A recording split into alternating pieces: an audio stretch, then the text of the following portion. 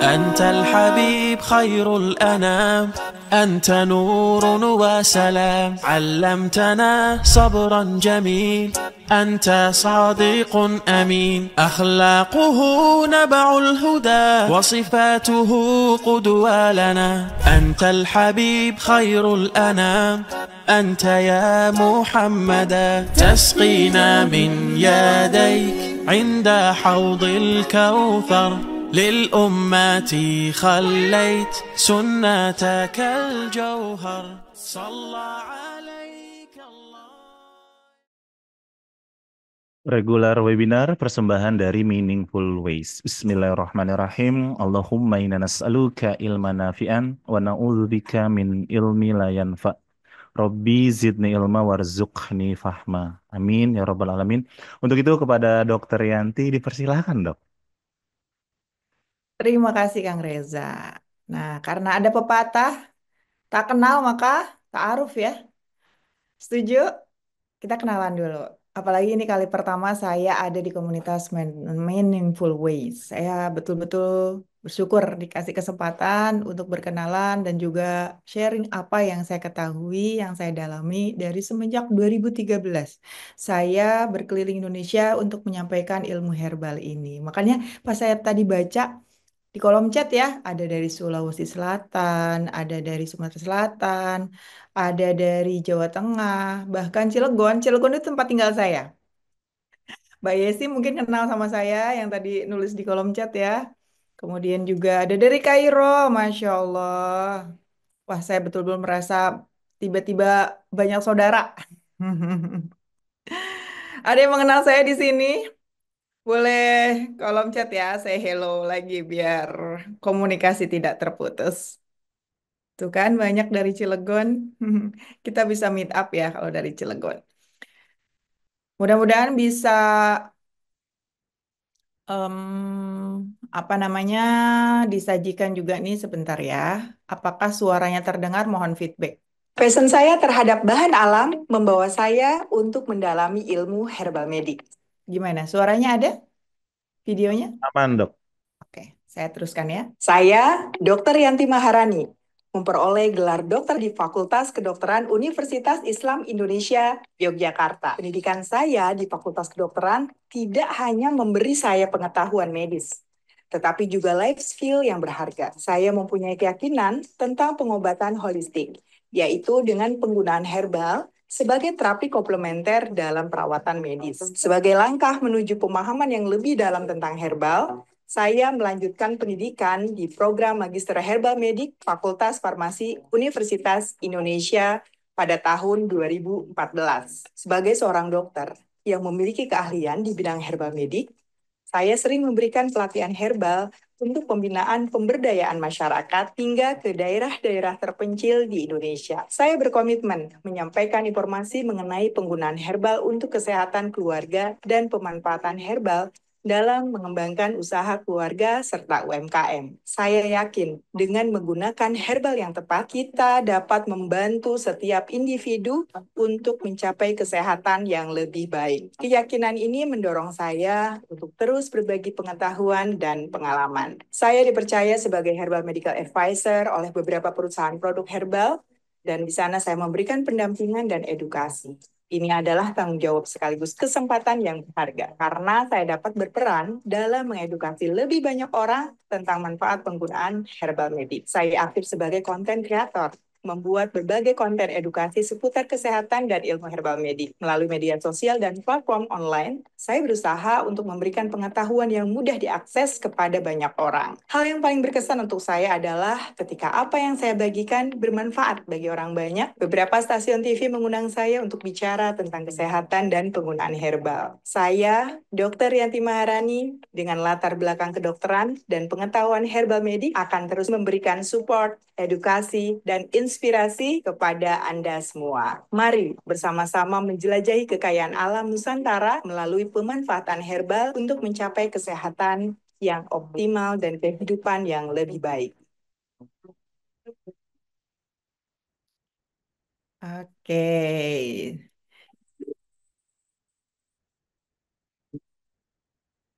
karena Kemudian juga ada fitofarmaka satu lagi. Nah, itu Fitofarmaka adalah itu dia dibuktikannya uji klinis. sudah taarufnya ya. Mudah-mudahan nih kita terkoneksi. Jadi jangan ragu, jangan segan ketemu. Kalau ketemu dimanapun, sapa saya. Masya Allah. Oke. Pagi ini saya ingin sharing tentang bagaimana cara detox alami. Karena kata detox ini sering kali kita dengar ya. Dan jangan sampai kita termakan iklan. Karena banyak sekali produk yang mengatasnamakan detox sehingga jadinya apa ya? Kita percaya begitu saja gitu ya. Makanya kita coba luruskan pemahaman tentang detox sebentar ini. Ya.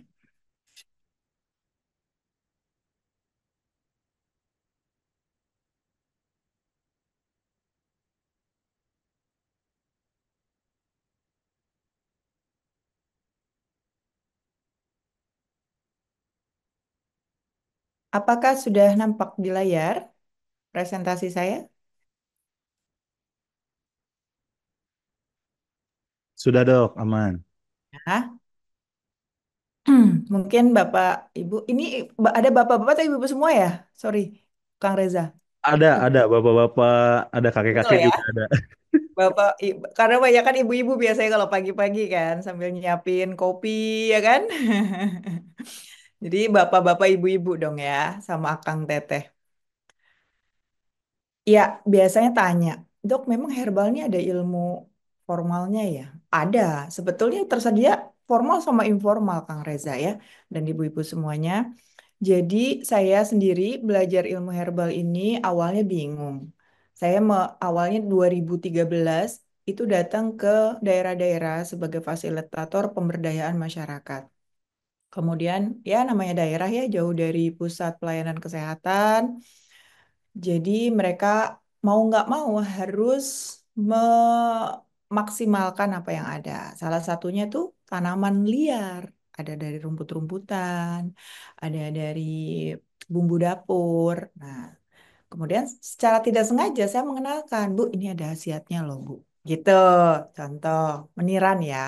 Meniran itu khas sekali kan dia ada menir-menirnya kecil-kecil gitu di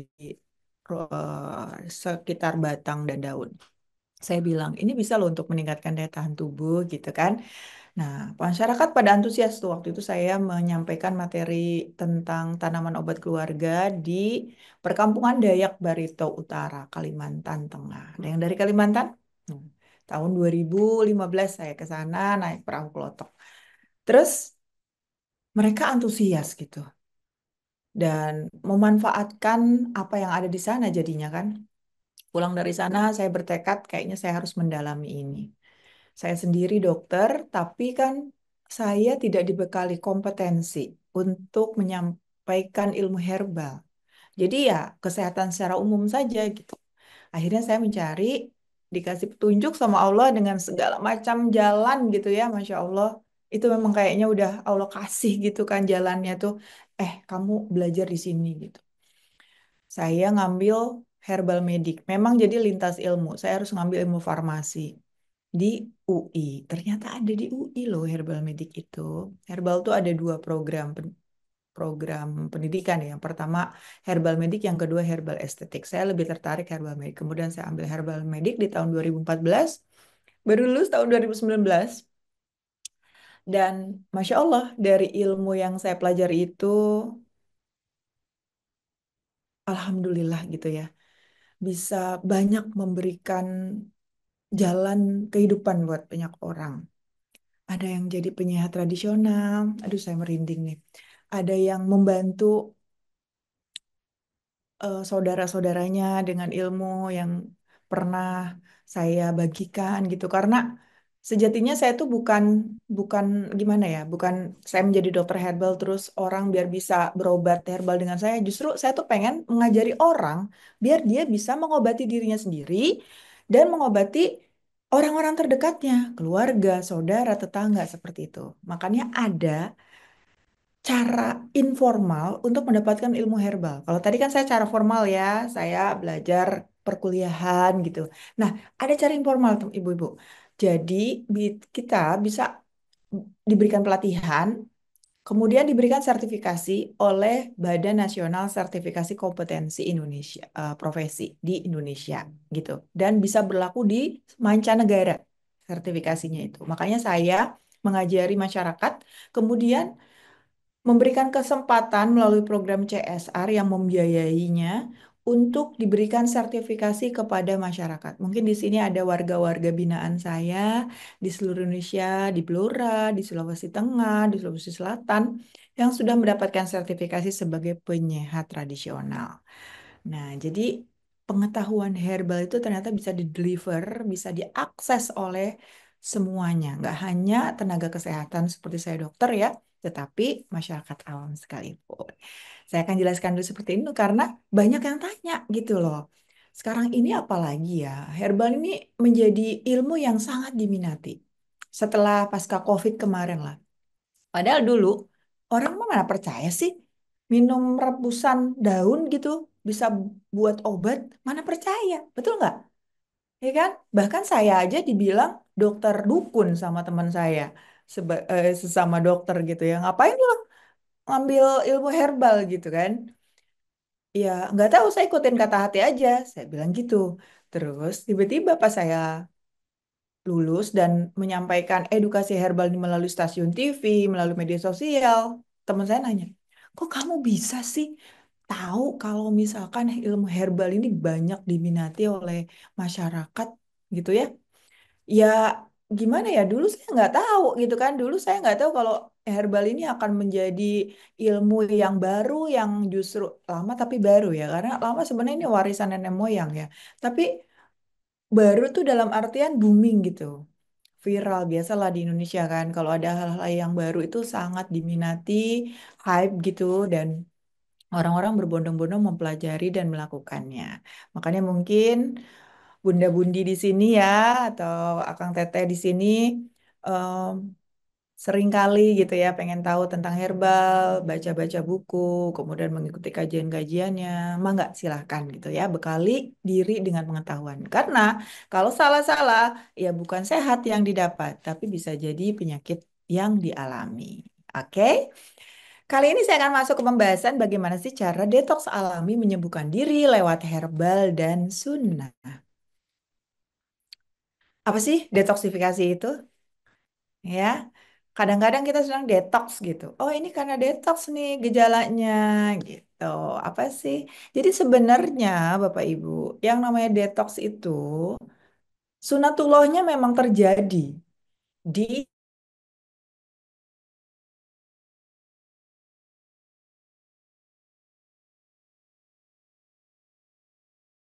jadi proses alami tubuh ini memang tugasnya membuang racun melalui liver, ginjal, usus, kulit, dan paru. Organ-organ ini kenapa sangat penting? Karena berperan dalam proses detoksifikasi. Gitu. Nah, kan kita nggak tahu ya kalau tubuh kita itu mengalami detox. Gimana sih dok? Tanda agar tubuh kita, tanda agar kita tahu tubuh kita mengalami detox. Contoh, kita ngerasa kelelahan, terus kok hari ini saya bau badannya agak sedikit menyengat ya, kenapa ya? Terus, loh kenapa saya jerawatan ya? Jarang-jarang gitu. Atau ada rasa nggak nyaman di pencernaan. Gitu ya. Jadi detox itu bukan hanya tren diet. Jadi tubuh ini sudah punya sistem detox alami. Jadi Bapak Ibu, sebelumnya kita harus berterima kasih dulu sama diri kita dan yang menciptakan tubuh kita, bahwa tubuh kita ini sudah diciptakan dalam keadaan sempurna. Insya Allah ya. Dan kadang-kadang kita lupa kalau tubuh kita itu sudah didesain sempurna. Maka kali itu kita ucapkan terima kasih, kita ucapkan syukur bahwa apa yang kita dapatkan ini sudah dalam keadaan sempurna dan tubuh kita ada yang namanya homeostasis. Homeostasis adalah segala keseimbangan tubuh. Jadi tubuh itu sudah didesain secara anatomi, secara fisiologis, secara mekanisme tubuh bahwa segala sesuatu itu ada dalam kesetimbangan. Jika ada yang lebih, akan dikurangi. Jika ada yang kurang, akan diusahakan untuk ditambah. Itu kesetimbangan. Jadi, pertanyaan kita bisa sakit. Ada yang bisa menjawab? Silakan. Tubuh kita sakit. Berarti ada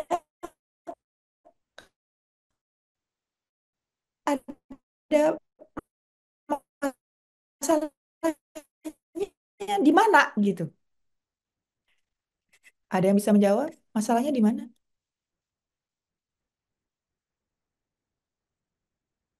Gangguan hemostasi di tingkat sel, betul sekali. Ya, yang jawab Dokter Dito.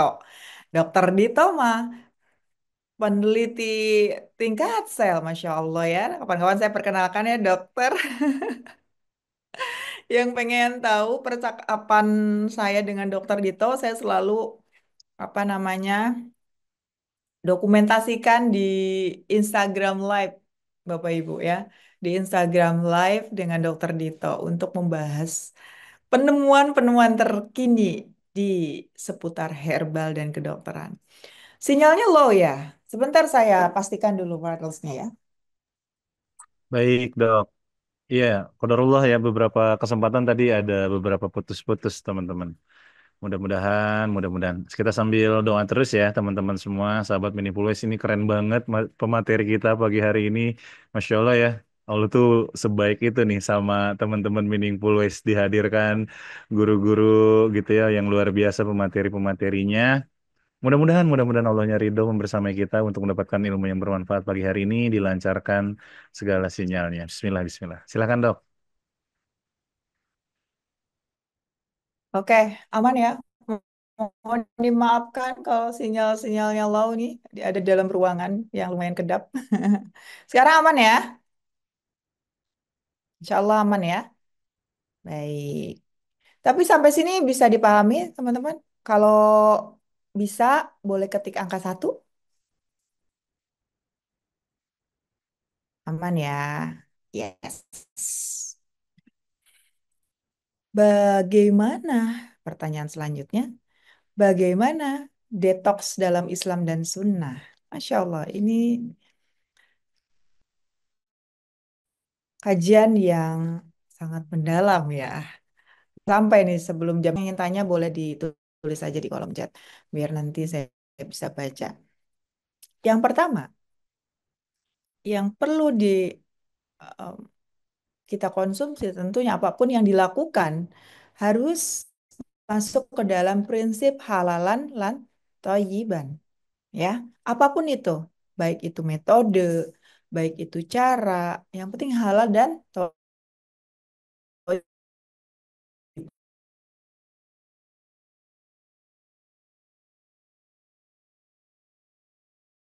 Kemudian yang kedua, nah di dalam bab ini nih, puasa untuk detox itu ada bahasannya sendiri. Satu buku sendiri tuh, proses detox di dalam puasa itu, Masya Allah. Biasanya saya bahas ini ketika menjelang puasa, agar Bapak Ibu akan lebih meaningful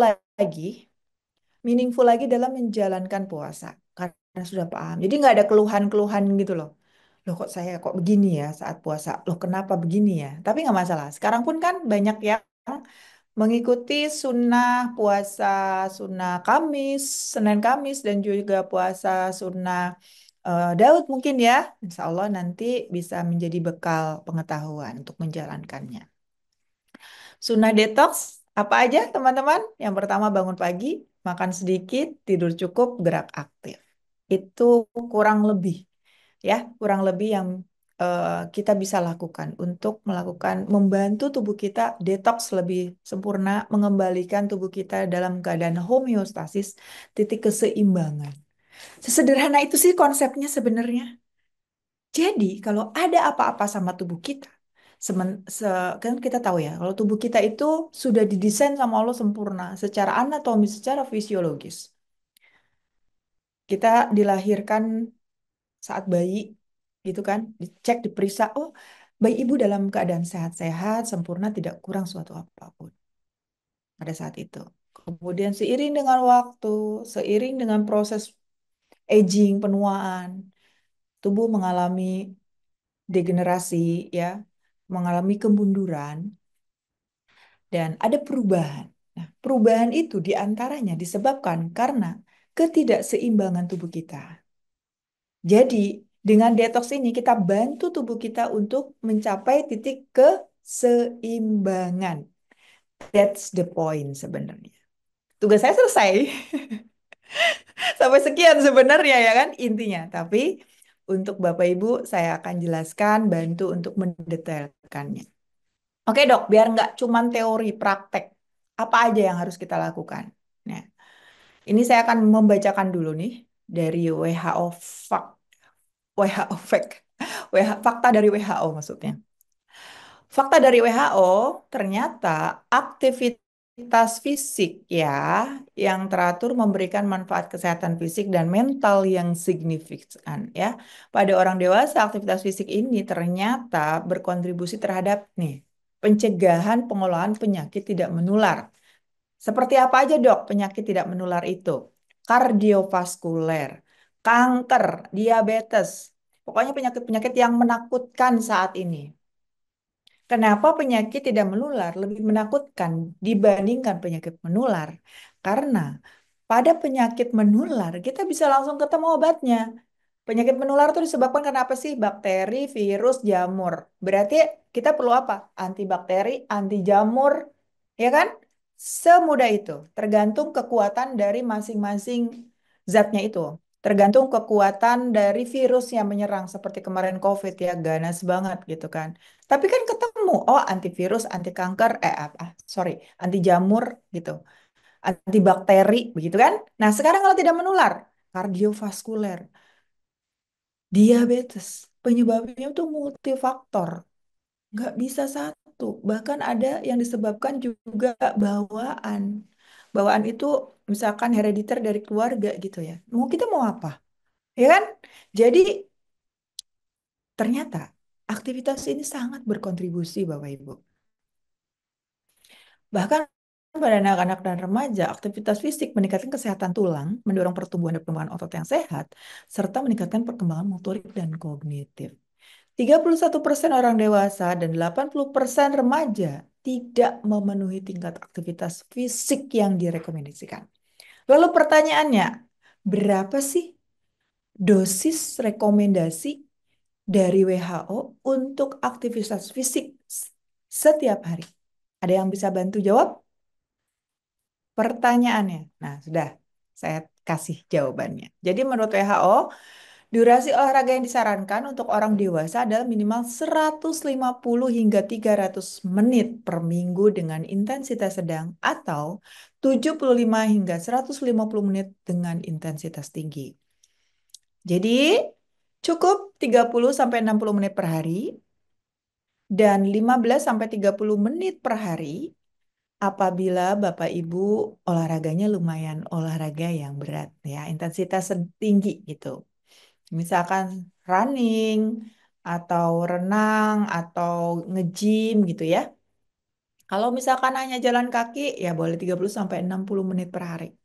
Atau kita hitung 150 menit per minggu. Gimana? Sanggup apa ampun? Yang sanggup tulis sanggup, yang ampun tulis ampun. Masa sih dikasih challenge 30 menit per hari aja udah ampun? Ayo, mana komitmennya? Sanggup ya? Pak Tri sanggup Pak Tri? Oke, daily, insya Allah ya. Kalau kita dikasih waktu, dikasih umur sama Allah dengan cara bersyukurnya itu dengan cara coba aktivitas fisik, bukan coba ya, lakukan aktivitas fisik minimal 30 menit per hari. Ya, selemah-lemahnya iman lakukan jalan kaki Bapak Ibu. Jalan kaki. Mau itu keliling rumah, keliling kebun, atau treadmill untuk yang punya treadmill di rumah, ya. Yang punya sakit lutut, pelan-pelan saja ya, insya Allah pelan-pelan aja atau silakan berenang kalau memungkinkan. Kalau senam aerobik sehari butuh berapa menit dok untuk usia 40 sampai 45 tahun? 30 sampai 60 menit aman lah, intensitasnya low impact aja ya. Sepeda statis juga oke.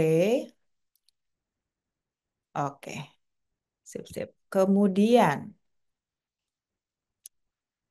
itu tentang aktivitas fisik. Gimana cara menyeimbangkan homeostatis tubuh kita dan membantu tubuh kita untuk mendetoks. Cara apa lagi dok selain aktivitas fisik? Salah satunya dengan memenuhi kebutuhan tidur.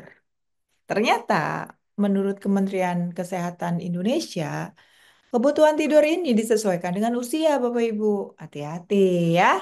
Lihat kebutuhan tidurnya berdasarkan usia. Contohlah di usia 18 sampai 40 tahun, waktu tidur orang dewasa ini disebutkan 7 sampai 8 jam ya. 7 sampai 8 jam setiap hari. Dan ada penelitian juga yang menunjukkan bahwa tidur sebelum jam 10 malam, kemudian sampai jam 4 pagi, ternyata itu merupakan waktu yang terbaik. Kenapa? Karena di jam 10 malam ada diproduksi hormon melatonin tubuh. Ya, hormon itu yang akan membantu kita untuk merilis hormon kolagen, hormon bahagia, kemudian hormon anti-aging juga, yang mana itu akan membantu kita, tubuh kita melakukan detox di malam hari, mengeluarkan sampah-sampah, memperbaiki sel-sel sampai ke tingkat sel gitu. Jadi kita tidur, sel-sel kita tubuh, sel-sel tubuh itu beregenerasi melalui hormon-hormon yang sudah Allah titipkan di tubuh kita, bekerja gitu untuk kita. Kita tinggal tidur, bangun-bangun, coba lihat di kaca sambil berdoa gitu ya. Lihat muka, kok glowing ya? Nah, biasanya ibu tuh mesem-mesem sambil lihat kiri kanan gitu kan. Kok muka saya lebih cerah ya? Siapa yang begitu? Ketik saya. Siapa yang suka begitu bangun pagi tanpa disadari, padahal nggak pakai skincare, padahal nggak pakai perawatan macam-macam. Kok lihat, loh, kok lebih cerah ya? Kok seger ya muka saya ya? Nah, siapa yang seringkali menyadari seperti itu? Ngacak senyum-senyum sendiri saya. Itu ada alasan ilmiahnya, betul. Kenapa? Karena di saat malam hari itu, sel-sel kita beregenerasi, memproduksi hormon-hormon yang pertama, hormon kolagen ya.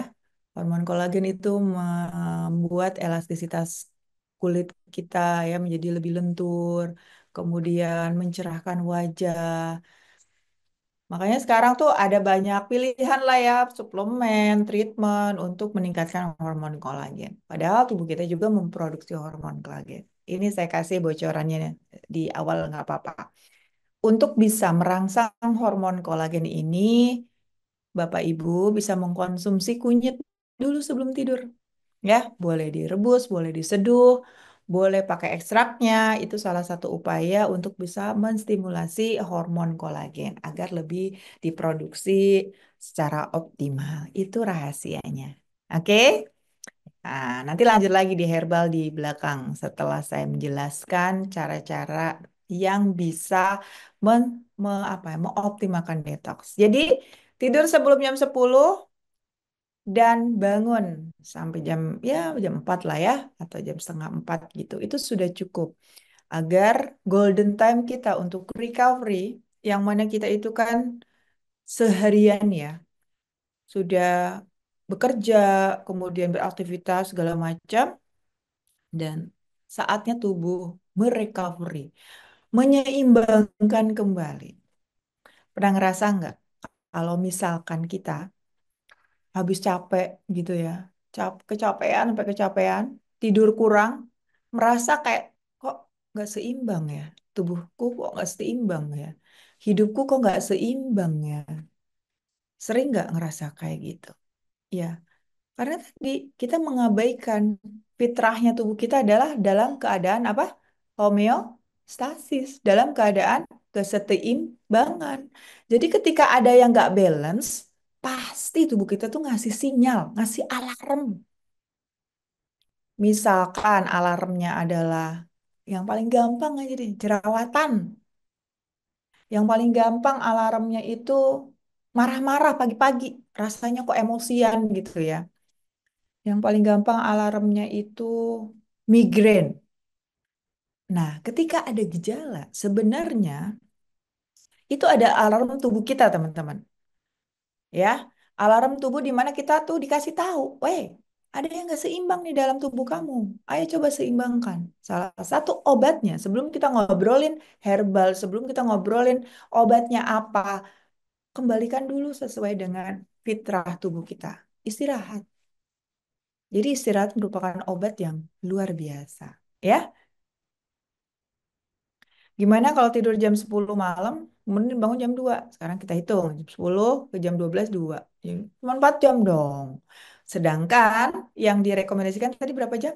7 jam minimal ya kan, jadi kurang gitu. Kalau mau, sebelum jam 10 tidurnya, jam 8 atau jam 9 malam. Digeser gitu, ya, digeser.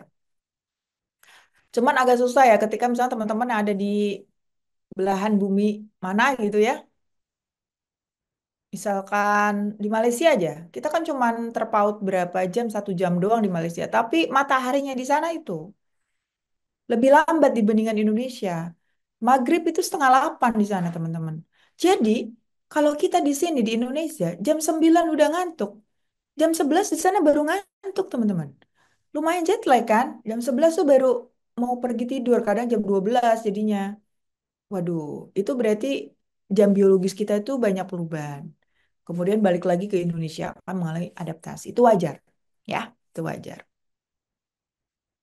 Dokter kalau tidur dengan lampu menyala bagus atau tidak? Karena kalau sudah lelah, lupa matikan lampu. Kurang bagus ya, kurang bagus. Jadi lebih baik lampunya redup biar tidak mengganggu produksi hormon melatonin kita ya. Kalau lagi jam malam ya, iya biasanya tuh yang kerja shift agak susah ya. Yang ada pekerjaan di malam hari agak susah. Nah, itu harus betul-betul adaptasi, betul-betul harus dibangun habitnya ya. Setidaknya istirahat siangnya harus cukup. Gitu. Kemudian, sebetulnya selain dari kebutuhan tidur ya, juga kebutuhan air minum itu juga akan membantu proses detoksifikasi anyway ya. Jadi penuhi kebutuhan air minum kita. Berapa dok kebutuhan air minum dan kenapa? Fungsinya apa? Untuk melancarkan proses detoksifikasi. Kebayang ya, kita itu malam-malam habis bersih-bersih sel-selnya. Kemudian banyak sampah-sampah yang harus dibuang. Sampah-sampah metabolisme. Kalau kita tidak mencukupi kebutuhan minum kita, ya akan mengendap di darah, di ginjal, di hati. Bayang, itulah sumber penyakit yang sesungguhnya. Gimana caranya dok biar bisa lancar metabolismenya? Minum air putih sebanyak kalau mau dikalikan dosisnya minimal 50 mililiter per kilogram berat badan. Ada berdasarkan usia. Kalau berdasarkan usia sekitar 3 liter, berdasarkan berat badan, sorry. Berdasarkan berat badan 60-70 kilo itu ya 2,5 liter sampai 3 liter, 3 liter sampai 4 liter. Gimana dok caranya bang minum sebanyak itu? Teman-teman, prinsipnya minum sedikit tapi sering. Karena menurut penelitian terkini, ketika kita minum sedikit itu benar-benar sampai bisa membantu metabolisme, sampai bisa terserap gitu ya di jaringan kita. Tapi kalau kita minumnya gelonggongan, gluk, gluk, gluk, gluk, gluk, nanti cepat dikeluarkan, makanya beser. Tapi kalau kita minum sedikit, sedikit, sedikit, insya Allah akan memenuhi kebutuhan harian air kita. Karena sejatinya tubuh kita itu komposisinya banyakkan air ya, jadi harus tercukupi kebutuhan air. Jadi ingat, yang pertama untuk memperlancar proses detoksifikasi tubuh kita itu apa? Yang pertama, aktivitas fisik. Minimal berapa? 30 menit per hari. Kalau Bapak Ibu sudah terbiasa jalan kaki, hitung boleh pakai langkah. Misal, 4.000 langkah sehari, 8.000 langkah sehari. Dok, saya belum mulai, dok. Gimana ya caranya biar saya mau termotivasi untuk memulai jalan kaki? Gampang. Lakukan jalan kaki sebisa mungkin, semampunya. Oke, setelah itu tambahkan 1.000 langkah per hari atau 500 langkah per hari. Pokoknya semampunya. Tambahin, tambahin, tambahin, tambahin. Sampai bisa 8.000 langkah per hari, sampai bisa 10.000 langkah per hari. Karena ada penelitiannya, ketika kita bisa membiasakan 8.000 langkah per hari minimal, itu bisa mengurangi resiko terkena penyakit serangan jantung, penyakit stroke di kemudian hari, di saat kita lansia, di saat kita umurnya 60 tahun ke atas. Jadi jalan kaki merupakan investasi awal kita, tabungan masa depan. Karena kita pengen ketika kita lansia itu hidup sehat dan bahagia serta sejahtera kan? Bisa main sama anak cucu, bisa gendong bisa gendong cucu maksudnya. Ya nggak? Bisa bercengkrama, ya kan? Bukan sakit-sakitan. Nah, di bulan ini ada Hari Lansia Nasional, ya, di akhir bulan nanti. Jadi, harapannya saat kita tua nanti, kita sudah pikirin sekarang. Tujuan kita tuh kita tentuin dari akhir. Akhir kita pengen bagaimana? Pengen hidup sampai usia lanjut dengan keadaan yang sehat, bugar, dan sejahtera. Setuju nggak? Kalau setuju ketik bungkus. Siapa yang setuju? Bungkus. Ya. Hari Lansia Nasional tanggal 28 Mei. Kalau tidak saya salah. Ya, Hari Lansia. Bungkus. Kemarin saya membahas Hari Lansia itu ya tanggal 29 Mei ya. Tanggal 29 Mei nanti Hari Lansia. Kemarin saya sudah membahas duluan dengan Dokter Handaya, spesialis akupunktur medik, bagaimana mengatasi keluhan nyeri pada lansia. Karena biasanya kan lansia itu bentar-bentar nyeri, pegel-pegel, tapi bentar-bentar minum obat. Kasihan, kasihan organ-organ untuk mendetoksnya gitu ya. Ya kalau nyeri-nyeri mah coba deh atasi dulu dengan apa yang ada kayak herbal ataupun titik akupunktur gitu atau titik akupresur. Silakan ada di Instagram saya, simpanan record atau rekaman live-nya, Bapak Ibu bisa akses yang kemarin nggak sempat menyimak ya. Oke, setuju sehat bahagia sejahtera di hari tua. Iya, benar banget. Ya, tadi itu. Kemudian cukupi kebutuhan tidur. Jadi nggak cuma aktivitas fisik. Ngomong-ngomong saya ada yang ketinggalan nih. Penelitiannya, minimal 4.000 langkah sehari, kita bisa berinvestasi untuk lutut kita agar tidak sakit terkena osteoartritis di usia 40 tahun ke atas. Itu penelitian. Dengan mengalokasikan waktu untuk bisa memperbanyak langkah sebanyak 4.000 langkah sehari, penelitiannya ketika usia 50 tahun tidak akan terkena osteoartritis. Mau apa mau? Yang mau ketik mau.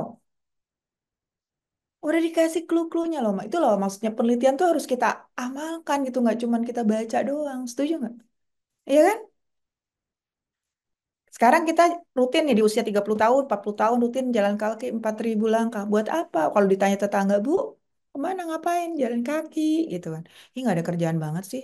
Ih nggak ada apa gitu kan. Dikiranya kita iseng kali. Padahal kita punya guideline.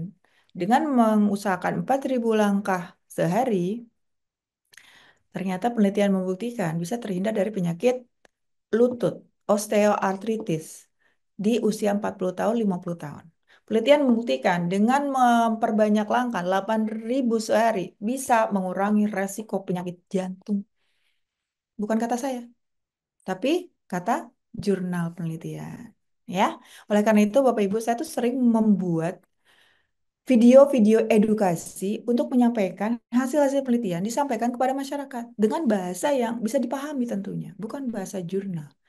Jadi saya lebih senang menyatakan apa yang ada di penelitian bukan kata saya, bukan teori saya, gitu. Ya, oke. Kemudian yang ketiga, penuhi kecukupan minum. Berapa? liter sehari minimal ya 2,5 3 liter 3,5 liter atau 50 mililiter per kilogram berat badan. Semua itu ada kebutuhan dosisnya. Seperti halnya tadi tidur 6 sampai 7 jam, 7 sampai 8 jam, Dok.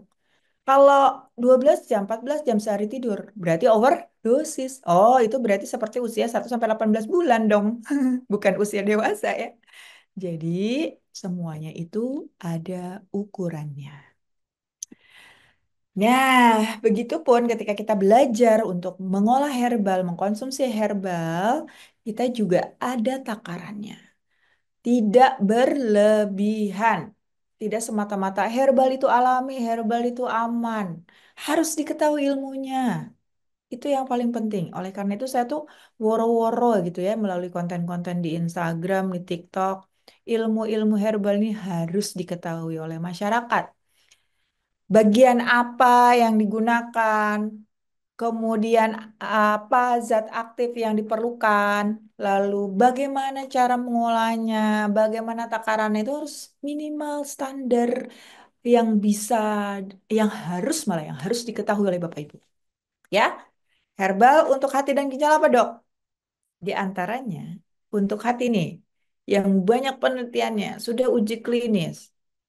Temulawak, kunyit, ada juga dandelion, dandelion tuh herbal asing ya. Tapi kalau temulawak itu herbal asli Indonesia. Kemudian ada kunyit juga untuk meregenerasi sel hati. Kita patut bangga di Indonesia banyak sekali tanaman obat yang bisa kita gunakan. Salah satunya adalah temulawak. Temulawak atau Zafa turmeric atau Curcuma santoriza merupakan herbal asli Indonesia yang sudah diakui oleh dunia. Kita patut berbangga punya temulawak karena di Korea ada ginseng, ya kan? Nah, di kita ada temulawak. Temulawak ini berdasarkan uji klinis dapat meningkatkan fungsi hati karena bisa meregenerasi sel hati dan juga anti peradangan. Tahu sendiri ya, hati merupakan organ detoks yang paling utama. Jadi kalau misalkan nih, Bapak Ibu mau konsumsi obat, baik itu obat medis maupun obat herbal, yang ternyata toksik atau beracun. Apa yang terjadi?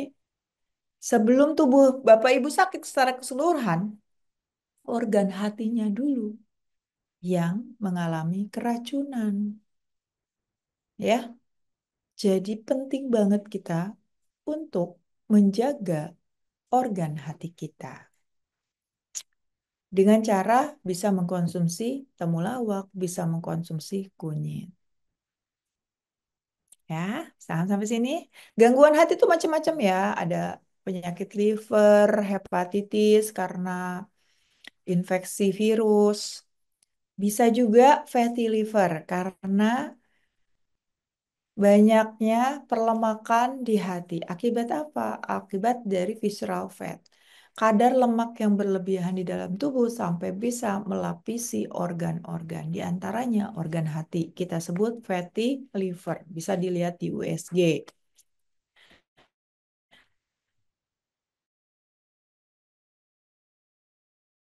Gejalanya banyak ya, SGU bisa kelihatan di situ. Oke, kalau kunyit udah nggak asing ya, karena kalau kunyit itu bumbu dapur. Nah, tapi ternyata tidak hanya sekedar bumbu dapur, kunyit itu anti radang yang kuat.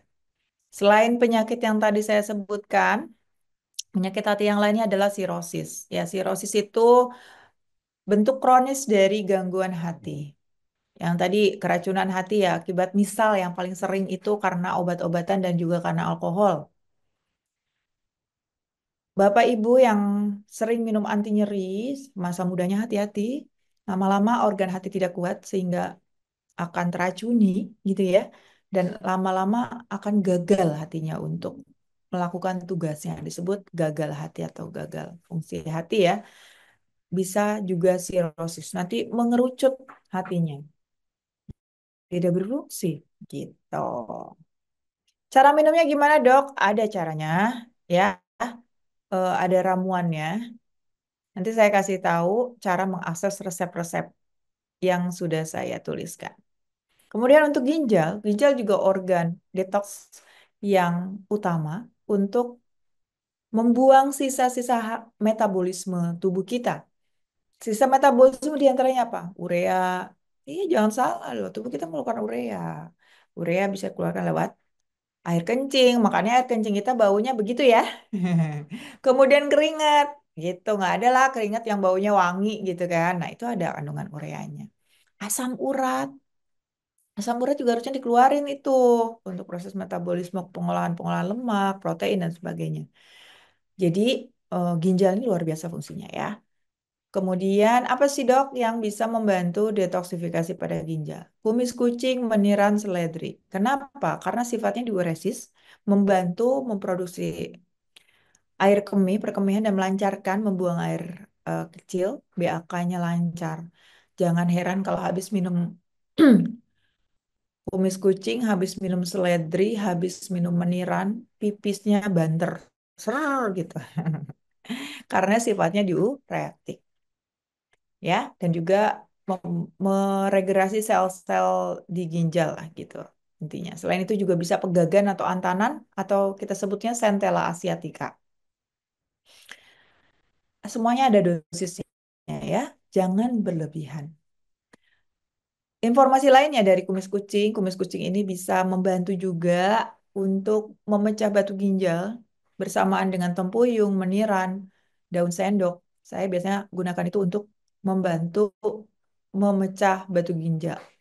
Kemudian seledri, meniran, kumis kucing juga merupakan ramuan untuk membantu menurunkan tensi darah. Gimana resepnya, Dok? Nanti ada akses untuk apa namanya? Membuat resepnya, ya.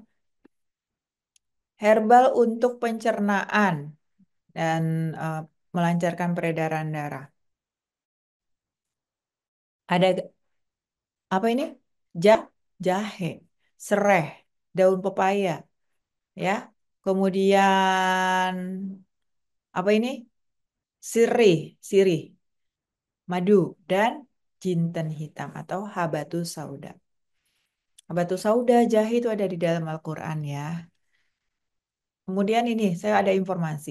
Buat Bapak Ibu yang mungkin perlu untuk penambah trombosit ya. Misalkan ada saudara yang sakit akibat demam berdarah, gitu, bingung merekomendasikan apa, bisa rekomendasikan daun pepaya. Daun pepaya ini efektif untuk meningkatkan trombosit darah.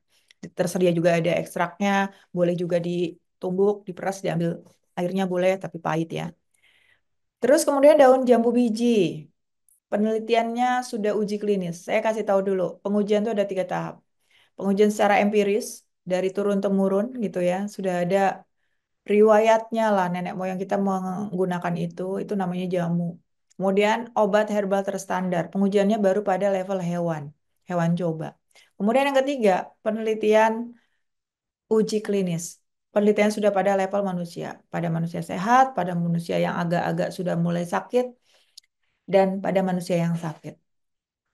Nah, untuk herbal meningkatkan trombosit ini yang sudah diteliti ke manusia itu daun jambu biji, bukan jambu bijinya. Jambu bijinya kayak vitamin C. Vitamin C bagus untuk meningkatkan daya tahan tubuh, untuk membantu mengatasi infeksi virus. Tapi yang paling utama bisa sampai meningkatkan trombositnya itu justru daunnya, ya. Tersedia ekstraknya ataupun boleh diminum rebusannya. Kemudian untuk kesehatan pencernaan, kita tahu jahe sebagai antiemetik kuat, anti mual kuat. Penelitian pada pasien dengan mual-mual hiperemesis gravidarum mengidam, dikasih wedang jahe, dikasih minuman jahe bisa mengurangi kekambuhan mual-mual saat mengidam. Ya. Kemudian jintan hitam itu luar biasa manfaatnya untuk sakit mah, untuk tidak enak di perut, ya, untuk radang usus. Luar biasa jintan hitam bahkan untuk meningkatkan daya tahan tubuh sekalipun. Edukasi tentang jintan hitam saya banyak share di edukasi di video Instagram, silahkan boleh dicek-cek ya, boleh disimak lagi informasi-informasinya berdasarkan penelitian ya, bukan berdasarkan bukan kata saya gitu. Kemudian daun sirih juga bagus ketika kita ngerasa nggak nyaman gitu di tenggorokan atau nyeri-nyeri radang gitu ya. Boleh kumur-kumur dengan daun sirih. Kemudian juga boleh diminum untuk obat batuk ditambahkan madu. Madu juga dia fungsinya sebagai antibakteri yang kuat dan anti radang juga serta untuk meningkatkan tahan tubuh.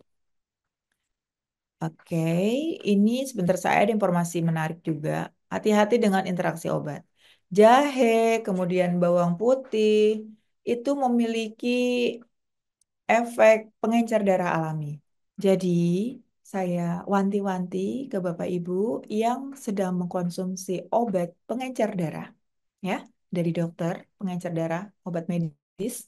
Hati-hati mengkonsumsi jahe, jangan berlebihan. Mengkonsumsi bawang putih, jangan berlebihan. Karena akan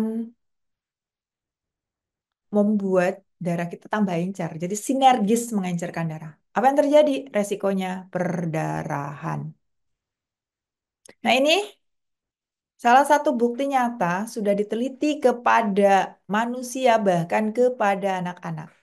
Jarang-jarang loh Bu, apalagi di Indonesia kayaknya belum ada. Herbal yang diuji ke anak-anak, ke wanita hamil. Itu paling jarang. Tapi ternyata ini berarti saking amannya. Dicoba ke anak-anak yang punya radang lambung, gastroenteritis, radang di saluran pencernaan. Ternyata sangat efektif dan aman untuk anak-anak yang mengalami masalah radang pencernaan, baik di lambung maupun di usus. Nah, ini penting sekali informasinya ya. Contoh, ini langsung ke aplikasi. Setelah tadi sedikit informasi, sedikit pengetahuan, ini contohnya ke aplikasi. Realnya gimana dok? Nah ini, contoh jadwal ditok harian ala sunnah. Bukan ala saya ya, ala sunnah. Jadi yang pertama, pagi-pagi boleh minum air madu atau lemon atau wedang jahe tanpa gula misalkan. Gulanya saya rekomendasiin gula herbal stevia. Apa aja mereknya boleh. Wedang jahe ternyata terbukti efektif untuk mengurangi nafsu makan. Efektif mengurangi lingkar perut pada bapak-bapak yang punya lingkar perut lebih dari 90, pada ibu-ibu yang mempunyai lingkar perut lebih dari 80. Ya, efektif mengurangi lingkar perut dan juga perlemakan lemak darah itu madu apa jahe. Jadi boleh air madu, lemon, air jahe atau ekstrak jahe boleh. Yang nggak pengen nafsu makannya meningkat atau menurunkan nafsu makan boleh pakai jahe. Ya, tapi hati-hati juga buat yang punya riwayat sakit mah, yang sudah kronis. Jahe kan rasanya hangat ya ketika masuk ke dalam lambung kita. Jadi kalau ngerasa nggak nyaman, kurangin aja dosisnya atau jangan minum pada saat perut kosong, ya. Atau boleh juga minum kunyit gitu, karena kunyit itu berfungsi melapisi sel-sel lambung sehingga mengurangi reaksi terkena asam lambung. Kemudian yang keduanya siangnya gimana dok? Makan bergizi toyib, minum herbal, jahe, kunyit boleh. Boleh juga mengkonsumsi teh hijau setelah makan siang. Ketika kita mengkonsumsi makan yang berlemak, kebetulan menunya opor dok, kebetulan menunya santan. Nah, cocok itu minumnya teh hijau. Kenapa teh hijau? Karena kaya akan katekin. Katekin itu apa? Antioksidan yang kuat. Dia fungsinya bisa mengurangi lonjakan gula darah. Karena pada saat makan siang kan kita makan lumayan ya, banyak ya. Ada nasinya, karbohidrat tinggi, kemudian juga lemak ya, bisa mengurangi penyerapan lemak. Jadi lumayan tuh, nggak takut berat badan kita naik. Atau selain teh hijau, kita juga bisa seduh kayu manis. Apalagi kalau misalkan makanan kita banyak yang manis-manis, makan kue segala macam, pakai kayu manis. Cuman ada perhatiannya juga nih. Kalau punya riwayat anemia, ya, buat yang anemia ibu-ibu, teteh-teteh, anak-anak kadangan ya, jangan terlalu banyak sering minum teh. Terutama ketika dekat dengan waktu makan, karena akan mengurangi penyerapan zat besi. Jadi malah anemia, tambah anemia, gitu ya. Gimana dok solusinya ya? Kalau misalkan tetap pengen ngurangin kolesterol, ngilangin kadar lemak, iya harus dikasih jarak dengan waktu makan. Jangan pas habis makan biar zat besi yang terdapat pada daging, zat besi yang terdapat pada sayur bisa diserap dengan sempurna dulu oleh tubuh sehingga tidak mengganggu penyerapan zat besinya. Itu poinnya. Kemudian, yang punya riwayat hipoglikemi atau darah rendah, gampang sekali gula darahnya turun. Kan setiap orang beda-beda ya kondisinya. Kalau minum kayu manis biasanya kelayangan. Jadi jangan banyak-banyak juga ya. Satu jari gini cukuplah celupin ke air panas 90 derajat atau diseduh, direbus ya. Juga bisa sedikit aja minum kayu manisnya untuk mengurangi lonjakan gula darah. Tapi jangan sampai terlalu banyak karena akan mengurangi gula darah takutnya ngedrop. Cirinya ngedrop gimana dok? Kelayangan, buyeng, dan sebagainya. Bisa dipahami ya? Oke. Kemudian sore untuk relaksasi. Boleh minum rebusan serai. Ya. Ngomong-ngomong, kalau di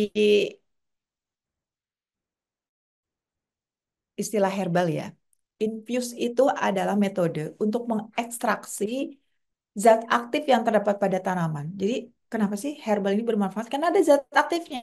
Nah, gimana caranya untuk kita mendapatkan zat aktif itu? Kita harus memindahkan unsur atau zat yang terdapat pada tanaman tersebut ke air yang mau kita minum. Setuju nggak? Ya kan? Karena kita bisa mendapatkan manfaat baik dari tanaman itu melalui air yang sudah mengandung bioaktifnya. Caranya dengan metode infuse.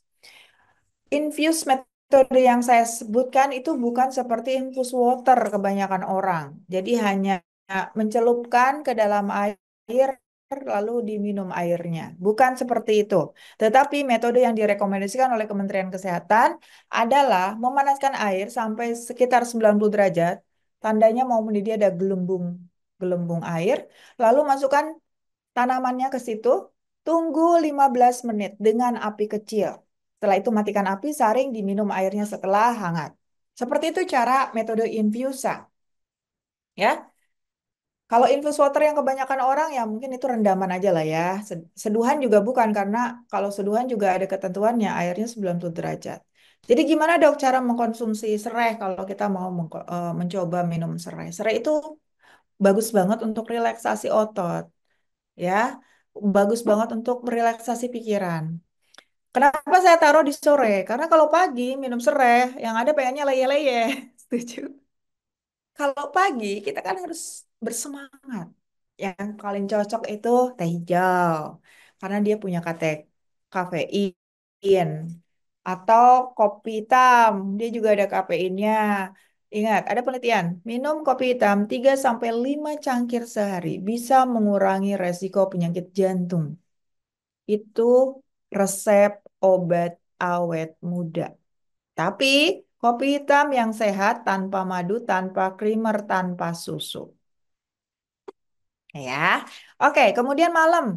Malam gimana sunnahnya? Coba boleh minum madu hangat ya, relaksasi, tidur cukup juga boleh. Boleh ditambahkan tadi minuman infus sereh tadi, kemudian juga ditambahkan telang.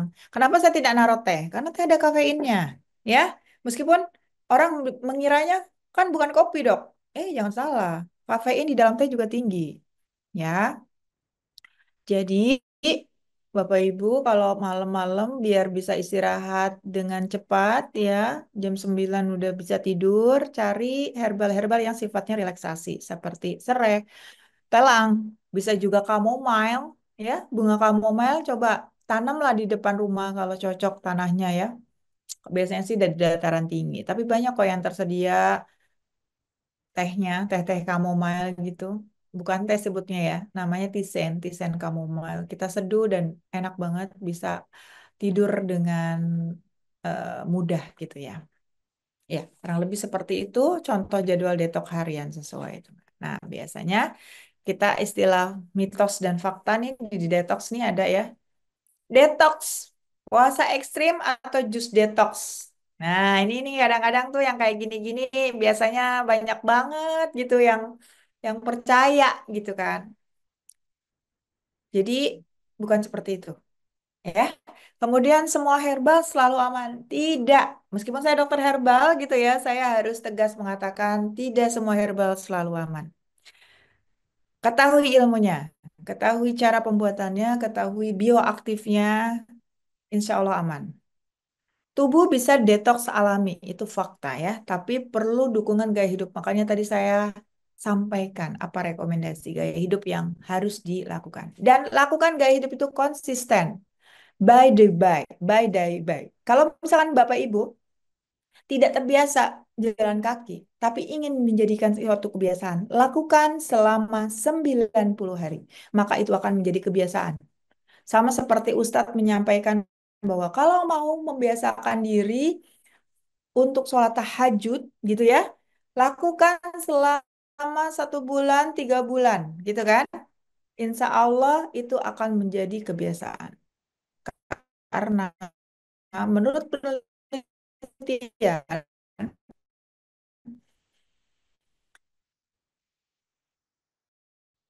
neurokognitif gitu ya biasanya, new habit, kebiasaan baru. Dan yang dilakukan selama terus-menerus selama 1 tahun dan lebih itu akan menjadi karakter. Nah, agar tidak menjadi beban, lakukan gaya hidup yang sehat ini menjadi sebuah kebiasaan, menjadi sebuah karakter. Siapa yang mau berkomitmen melakukan itu? Ketik saya. Ya, siapa yang berkomitmen untuk menjadikan new habit gaya hidup sehat sebagai kebiasaan baru bahkan karakter. Mulai hari ini ya. Mulai hari ini lakukan 90 hari ya ke depan ya insya Allah ya. Kemudian kalau misalkan kita mengkonsumsi herbal, jadikan itu suplemen, jadikan itu upaya tambahan untuk mempercepat proses, bukan sebagai pengganti obat. Yuk, hidup sehat dengan detox, sinergi tubuh, mengembalikan tubuh dalam keadaan setimbang, juga ditambahkan dengan herbal untuk mempercepat dan memperlancar proses agar ibadah kita lancar.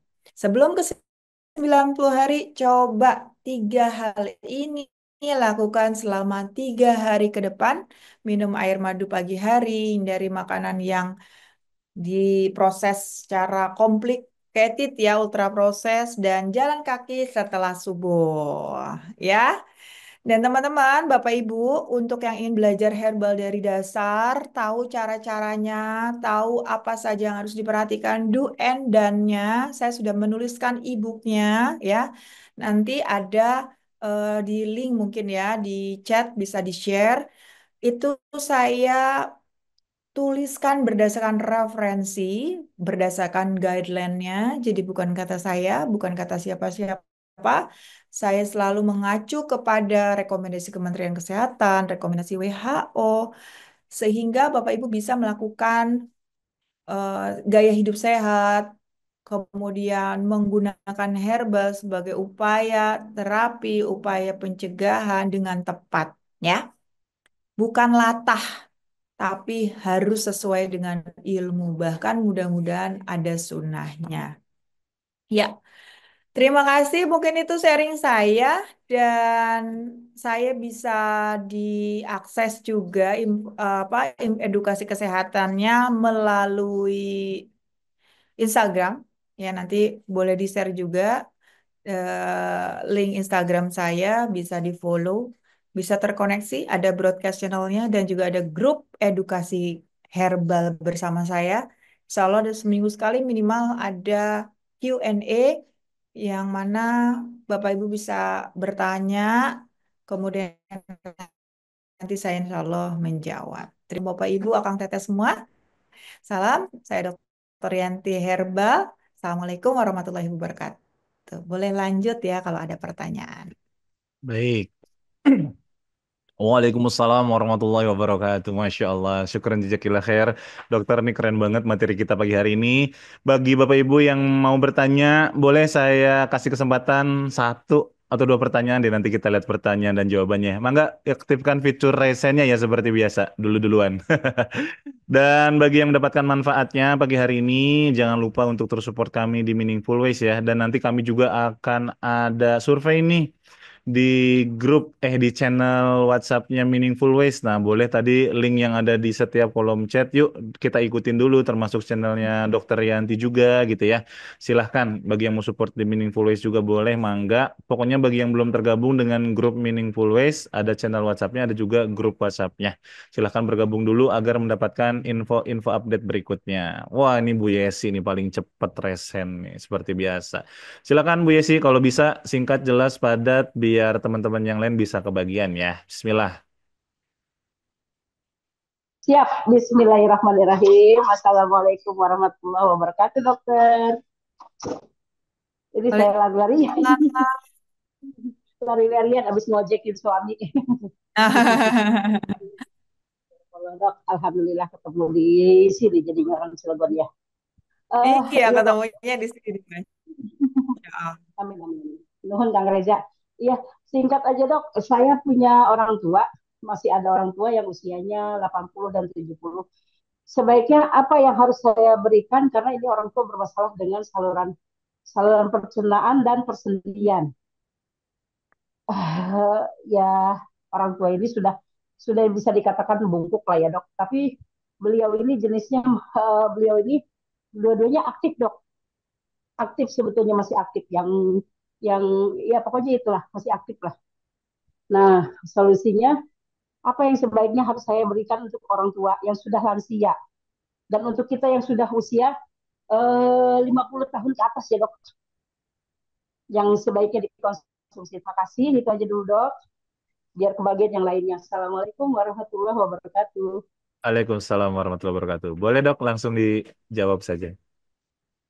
Ya, jadi biasanya kalau lansia itu keluhan-keluhannya biasanya itu nyeri lutut, asam urat, ya. Bisa diberikan herbal-herbal untuk mengatasi keluhannya, bisa berdasarkan ramuan untuk mengatasi penyakitnya. Nanti kalau misalkan join di grup edukasi herbal saya, tinggal download tuh. Herbal untuk hipertensi, tergantung keluhan-keluhannya, apa penyakit yang diterima. Misalkan orang tua saya tadi dengan usia segitu, tensinya 160 dok per 100 gitu ya. Oh berarti tensinya harus dikurangi. Silakan ikuti panduan membuat resepnya ya. Itu ada di ebook hipertensi. Silakan download. Gitu ya. Salah satu contohnya, karena biasanya pada lansia itu banyak sekali keluhannya, termasuk nyeri. Nyeri-nyeri bisa pakai kunyit, bisa pakai jahe. Nah, itu ada panduannya juga. Ya, jadi silakan ikuti download e-booknya. Di Edukasi Herbal itu ketika masuk ke grup, kemudian ada deskripsi grup. Nah, di situ banyak link-link downloadnya. Silakan. Ya, biar efektif dan efisien. Masya Silakan Allah. lanjut. Siap, siap, dokter. Nah, oke. Mudah-mudahan terjawab ya Bu Yesi. Kita lanjut ke Bu Leni Farida dari Purwakarta. Mangga Bu Leni. Ya, Bismillahirrahmanirrahim. Assalamualaikum warahmatullahi wabarakatuh. Dokter Irianti, selamat Waalaikumsalam pagi. warahmatullahi wabarakatuh. Selamat pagi. Terima kasih, Mas Reza. Kayaknya lagi jalan Eh, pagi ya, Bu? se- Lagi sambil jalan kaki. enggak, belum. Nanti jam 7. Nanti jam 7. Oh, Biar ada panas dulu di kirain rumah. lagi di luar, ternyata lagi di kamar ya. Tadi cerita Sip, sip, ini Bu. baju anak tadi sambil dengerin. Saya sangat tertarik sekali ya dengan ininya dokter nih, Instagramnya nanti saya akan ikutin. Yang ingin saya tanyakan ini dok, kan kalau kita anak 70-an itu, lahir 70-an kan dulu kita pakai jamu ya. Zaman kita dulu kan ABG itu ada jamu. Nah, sekarang anak-anak yang usia-usia tahun 2000 itu kan kita bingung nih. Mereka harus pakai apa ketika sudah menstruasi, ketika mengalami masa remaja gitu ya. Kalau kita kan dulu ada jamu-jamu Nyonya Menir, kemudian Mustika Ratu. Nah, itu kan herbal-herbal zaman dulu. Nah, sekarang produk itu sudah tidak ada. Kira-kira kalau untuk anak-anak sekarang itu kan kalau untuk minum seperti rempah-rempah gitu mereka nggak mau ya. Mereka maunya yang mungkin kapsul gitu ya, yang langsung ditelan gitu. Kira-kira apa ya? Karena anak saya ini mengalami hormon yang sel telurnya itu kecil-kecil, Dok. Nah, itu kira-kira kalau obat dokter kan mereka dia harus ada inian hormon ya, ada eh, sedang dalam taraf pengobatan hormonal gitu. Yang ingin saya tanyakan itu kalau dari segi herbalnya itu apa ya untuk menunjang hormon kesuburan itu apa ya, Dok? Karena sel telurnya tuh kecil-kecil ketika diperiksa itu, Dok. Terima Baik-baik. kasih, Dokter. Terima kasih Bu Leni, saya jadi diingetin. Saya belum nyampain tentang jamu sama sekali ya. Padahal saya itu dokter jamu. Jadi saya mengambil sertifikasi lagi dokter saintifikasi jamu. Kementerian Kesehatan ini membentuk satu sertifikasi pelatihan untuk dokter-dokter yang belajar tentang jamu gitu. Jadi ada ininya, ada cabang ilmunya. Dan akhir bulan ini tanggal 27 Mei diperingati sebagai Hari Jamu Nasional Bapak Ibu. Ya. Jadi nanti kalau Oh, tanggal 27 banyak acara, banyak kegiatan didengar Hari Jamu. Emang ada, bener ada banget Hari Jamu Nasional. Dan mari kita budayakan jamu sebagai upaya penyehatan tradisional. Ngomong-ngomong, jamu itu tidak hanya yang diminum. Kita tahunya jamu itu beras kencur, kunyit, ya kan? Berbentuk seperti itu. Padahal Bapak Ibu, jamu itu merupakan upaya penyehatan tradisional warisan nenek moyang kita. Ke semuanya, ya. Artinya ketika Bapak Ibu misalkan mengenal isinya pijat tradisional, dukun bayi, itu merupakan bagian dari jamu. Itu. Nah, minuman jamu yang Ibu tadi maksudkan itu betul banget. Kita masih bisa dan masih sangat relevan dengan kondisi yang sekarang. Anak-anak kita anjurkan minum kunyit asam. Gitu. Minum kunyit asam. Kenapa? Karena ternyata kunyit itu anti radang yang kuat, anti nyeri yang kuat. Daripada beli obat medis yang fungsinya sebagai anti nyeri, Bapak Ibu, mendingan coba biasakan dengan minum kunyit asam. Tapi ngomong-ngomong, karena brandingnya untuk anti nyeri pada saat menstruasi, itu bukan cuman buat wanita aja. Buat bapak-bapak yang suka nyeri-nyeri pinggang, itu juga bagus. Ya, buat anak-anak laki-laki yang misalkan dia itu untuk meningkatkan daya tahan tubuh juga bagus. Jadi brandingnya tidak hanya untuk nyeri saat menstruasi. Dan kembali lagi ke informasi tentang saat menstruasi, cara minumnya itu sebelum menstruasi, ketika menstruasi, setelah menstruasi. Oke? Jadi itu upayanya. Kenapa si kunyit ditambahkan dengan asam? Itu juga selain ada filosofinya, ada tinjauan ilmiahnya. Kenapa coba? Ternyata yang namanya kunyit itu kita harapkan adalah kandungan bioaktif kurkuminoid. Tadi kan saya di awal bilang ya, kalau kita mengkonsumsi herbal, upayakan kita tahu bioaktifnya. Karena itu zat obat yang mau kita minum. Yang kita harapkan dari kunyit kita dapat apa? Kurkuminoidnya. Namun kurkuminoid ini ternyata menurut penelitian kurang stabil di dalam tubuh kita ketika kita minum. Jadi kebanyakan akan berlalu begitu saja. Caranya untuk meningkatkan efektivitasnya adalah dengan menambahkan asam jawa. Selain asam jawa, dengan menambahkan lada hitam. Itu menurut jurnal penelitian. Ya, dengan menambahkan kedua zat tersebut, insya Allah lebih terserap oleh tubuh sehingga lebih bermanfaat, lebih dirasakan khasiatnya. Yang saya mau tanyakan, dari mana nenek moyang kita tahu kalau kunyit itu harus ditambahkan dengan asam? Coba. Nggak tahu ya? Kan belum ada penelitiannya waktu itu. Jadi, Masya Allah luar biasa gitu ya. Itu menurut filosofi, kajian turun-temurun, masih sangat relevan untuk kita aplikasikan ke kehidupan kita sekarang, diwariskan kepada anak cucu gitu ya. Bapak Ibu silahkan. Kalau bukan kita yang apa, membudayakannya, siapa lagi? nanti akan putus di generasi kita aja di 70-an, di 80-an. Saya termasuk generasi 80-an ya. Jadi kalau misalkan hari jamu ini lewat-lewat aja, generasi muda tidak tahu gitu ya, ya mungkin lupa nanti. Oh, kalau nyeri saat mens tuh bisa pakai kunyit asam. Oh, kalau mual-mual tuh bisa pakai wedang jahe gitu ya. Terus gimana dok cara menyeimbangkan hormon? Salah satunya dengan herbal-herbal tuh bisa. Kencur, jahe itu bisa. Ginseng, kemudian juga ginseng juga ya. Ginseng bagus banget untuk menyeimbangkan hormon. Dan jinten hitam juga termasuk salah satu contohnya. Intinya kembali lagi ke homeostasis. Sebenarnya hormon kita itu udah dibikin sempurna, tapi karena ada satu dan lain hal itu nggak seimbang sehingga tadi ada masalah di kesuburan, ada masalah di produksi sel telur gitu. Itu harus diseimbangkan pelan-pelan. Tidak hanya tentang herbal, tapi gaya hidupnya juga. Oke, mudah-mudahan menjawab ya Kang Reza. Masya Allah, siap dok. Ini pertanyaan masih banyak di kolom chat, yang resen juga masih banyak, tapi gimana ya, waktu juga yang membatasi kita nih Bapak Ibu sekalian, mohon Iya, maaf sebelumnya. banyak yang mau beraktivitas kan, pastinya udah lebih Betul, lewat juga. betul, betul. Khawatir jadi Ah, tidak efektif juga. Dan Bapak Ibu, bagi yang ingin terus keep in touch sama dokter, boleh di-follow aja untuk akun Instagramnya, banyak informasi yang menarik loh di sana. Apa konten-kontennya, Masya Allah, banyak ilmu. Maka dari itu, saya pengen nanya dulu nih sebelum nanti kita tutup. Kira-kira kalau misalkan Meaningful Ways mengadakan kelas eksklusif bersama Dokter Yanti, nah mau hadir dan menghadirkan nggak nih? Coba cek ombak dulu nih dok. Coba wah, mau. senang banget deh kalau sampai banyak yang mau. Masya Allah, tambah saudara. Wah, Masya mau banget. Allah. Bener ya, datang ya. Nih kita mau coba bikin kurikulum nanti sama dokter nih. Gimana baiknya nih? Materinya banyak soalnya Gas, beliau ini. gas, saya kasih tornya ya. Saya Oh, kasih tornya Masya langsung Allah. ke Reza Siap, ya. siap, siap. Dokter, hari ini mungkin kita cukupkan sekian. Ada yang mau disampaikan sebagai closing statement kita pada pagi hari ini? Silahkan. Ya, Bapak Ibu, mudah-mudahan apa yang saya sharingkan tadi bisa menjadi panduan singkat ya untuk Bapak Ibu lakukan. Yang penting aksi nyata. Apalah arti pengetahuan tanpa diamalkan? Setuju? Ibarat pohon tanpa buah. Jadi lakukan sekecil apapun.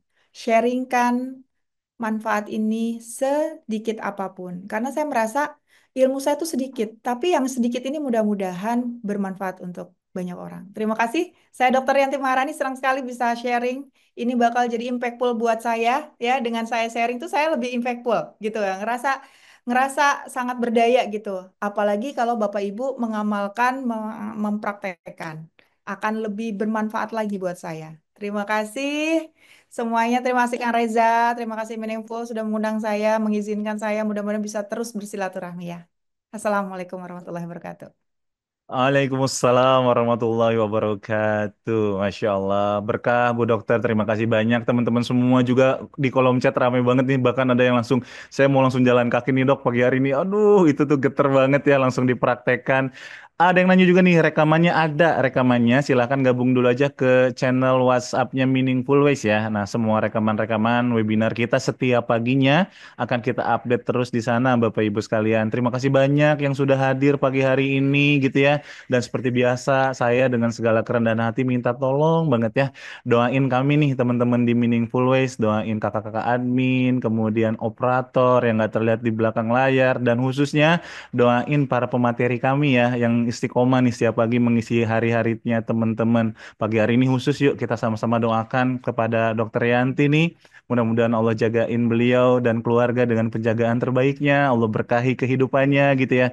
Dan segala ilmu yang ditebarkan semakin bermanfaat buat kita, buat umat, buat masyarakat.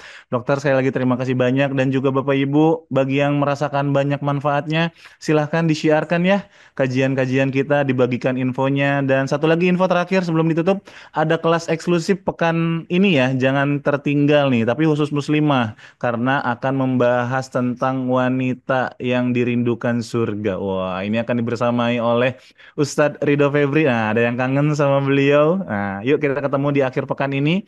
Adapun kelas reguler, insya Allah besok hari Kamis jadwalnya Dokter Gustaf ya. Insya Allah kita ketemu lagi. Pokoknya di follow-follow dulu akun-akun dari Instagram Meaningful Ways, akun dari Dokter Yanti juga. Kalau misalkan update di sosial media, jangan lupa di tag ya akun-akun kami biar semakin luas ilmunya, semakin bermanfaat. Akhir kata untuk menambah keberkahan pagi hari ini, yuk sama-sama kita tutup pertemuan pagi hari ini dengan mengucap hamdalah, alhamdulillahirabbil alamin. Dan doa kafaratul majelis. Subhanaka Allahumma bihamdika asyhadu an la ilaha anta astaghfiruka wa atubu ilaik. Barakallahu fikum. Selamat berjalan kaki juga langsung hari ini. Assalamualaikum warahmatullahi wabarakatuh dan kirimkan doa-doa terbaiknya buat Dokter Yanti. Waalaikumsalam warahmatullahi wabarakatuh. Waalaikumsalam warahmatullahi wabarakatuh. Bareng-bareng insya Allah. Amin, amin ya Allah ya Rabbal alamin. Akhirun semuanya. Terima kasih Dokter Yanti. Sama-sama. Salam kenal semuanya.